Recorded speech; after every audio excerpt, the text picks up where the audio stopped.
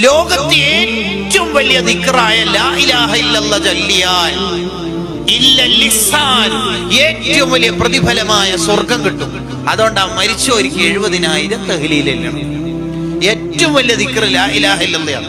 അഫ്ളലു മാ ഖുൽതു അന വന്നബിയ്യൂന മിൻ ഖബ്ലി, ഞാനും എന്റെ മുൻഗാമികളായ അമ്പിയാക്കളും ചൊല്ലിയ ദിക്റിൽ ഏറ്റവും ടോപ്പ് ലാ ഇലാഹ ഇല്ലല്ലാഹ് എന്ന ദിക്റാണെന്ന് നബി സല്ലല്ലാഹു അലൈഹി വസല്ലം പഠിപ്പിച്ചിട്ടുണ്ട്. അപ്പൊ ഹൽ ജസാഉൽ ഇഹ്സാൻ, ലാ ഇലാഹ ഇല്ലല്ലാഹ് എന്ന ദിക്റിന് ഞാൻ ഇല്ലൽ ഇഹ്സാൻ, സ്വർഗ്ഗം അല്ലാണ്ട് വേറെന്താ കൊടുക്കേണ്ടതെന്നാണല്ലോ ചോദിക്കണത്. അതുകൊണ്ടാണ് മരിച്ചവർക്ക് 70,000 തഹ്ലീൽ ചൊല്ലിയാൽ അവർക്ക് സ്വർഗം കിട്ടും, നരകമോചനം കിട്ടും. മരണപ്പെട്ടവര് രക്ഷപ്പെടാനുള്ള 3 വഴികളിൽ ഒന്നതാണ് അവരുടെ പേരിൽ 70,000 തഹ്ലീൽ ചെല്ലൽ. രണ്ടാമത്തത് 1,00,000 തവണ സൂറത്തുൽ ഇഖ്ലാസ് പാരായണം ചെയ്യുന്നു.